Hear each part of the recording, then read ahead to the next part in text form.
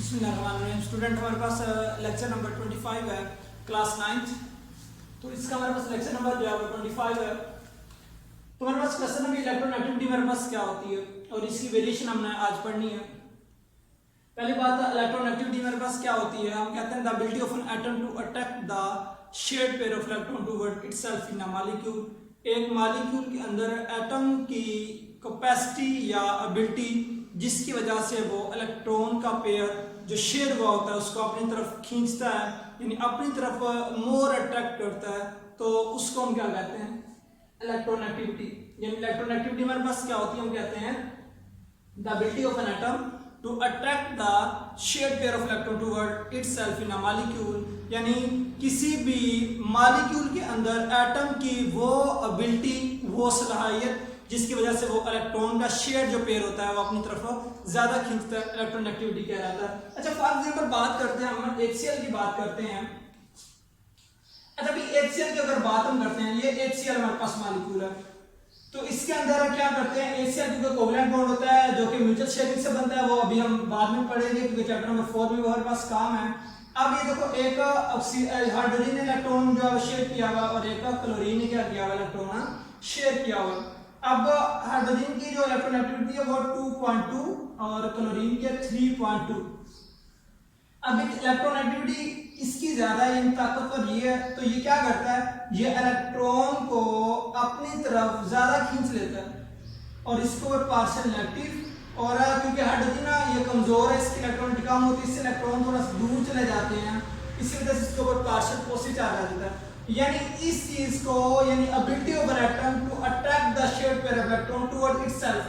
आपको क्लोरीन की इलेक्ट्रोनेगेटिविटी ज्यादा थी, इसने क्या किया, इलेक्ट्रॉन को अपनी तरफ ज्यादा अट्रैक्ट कर लिया।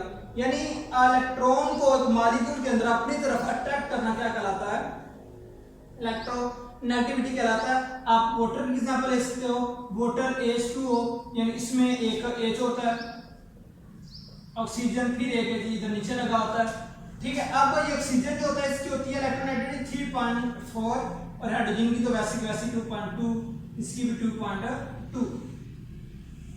अब क्या होगा, ये जो ऑक्सीजन है ये क्योंकि मोर इलेक्ट्रोनेगेटिव, ये क्या करेगा, इस हाइड्रोजन का भी और इस हाइड्रोजन का भी इलेक्ट्रॉन क्या करेगा, अपनी तरफ खींचेगा, इसके ऊपर पार्शियल पॉजिटिव चार्ज आ जाएगा क्योंकि ये इलेक्ट्रॉन अपनी तरफ अट्रैक्ट कर रहा है, पार्शियल नेगेटिव चार्ज, इसके ऊपर भी क्या आ जाएगा, पार्शियल पॉजिटिव चार्ज। यानी एक मॉलिक्यूल के अंदर इलेक्ट्रॉन को अपनी तरफ अट्रैक्ट करना क्या कहलाता है, हमारे पास इलेक्ट्रोनेगेटिविटी कहलाता है।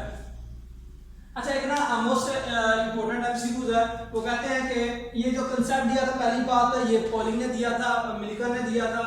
तो पहली बात आपको ये पता होना चाहिए कि सबसे ज्यादा जो हाईएस्ट इलेक्ट्रोनेगेटिविटी है वो फ्लोरीन की है। एमसीक्यूज लोअर बोर्ड में कई दफा पूछा गया, एक्सरसाइज में दिया गया कि which one of the following element is the highest electronegativity।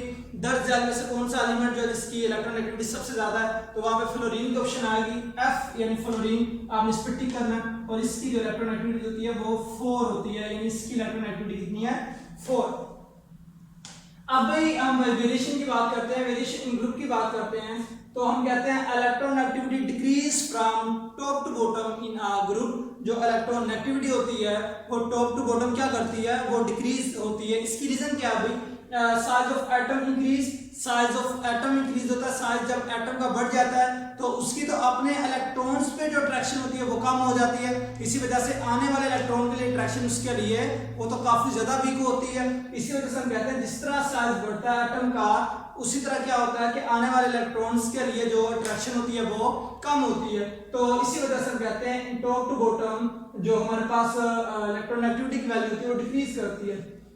अब हम मजीद पीरियड में बात करते हैं, तो पीरियड में इलेक्ट्रोनेगेटिविटी इंक्रीज करती है। रीजन क्योंकि size of atom decrease, size of atom decrease करता है। हमने ये आयनाइजेशन एनर्जी यानी 24 लेक्चर में हमने पढ़ा था, 24th लेक्चर में, कि आयनाइजेशन एनर्जी की वजह से क्या होता है, आयनाइजेशन जो एनर्जी होती है हमने कहा था वो पीरियड में इंक्रीज करती है। रीजन भी बताई थी क्योंकि एटम का साइज होता है वो क्या होता है, छोटा होता है, और इसकी वजह से जब साइज छोटा है इसका मतलब है कि इनकमिंग इलेक्ट्रॉन के लिए अट्रैक्शन क्या होती है, ज्यादा होती है।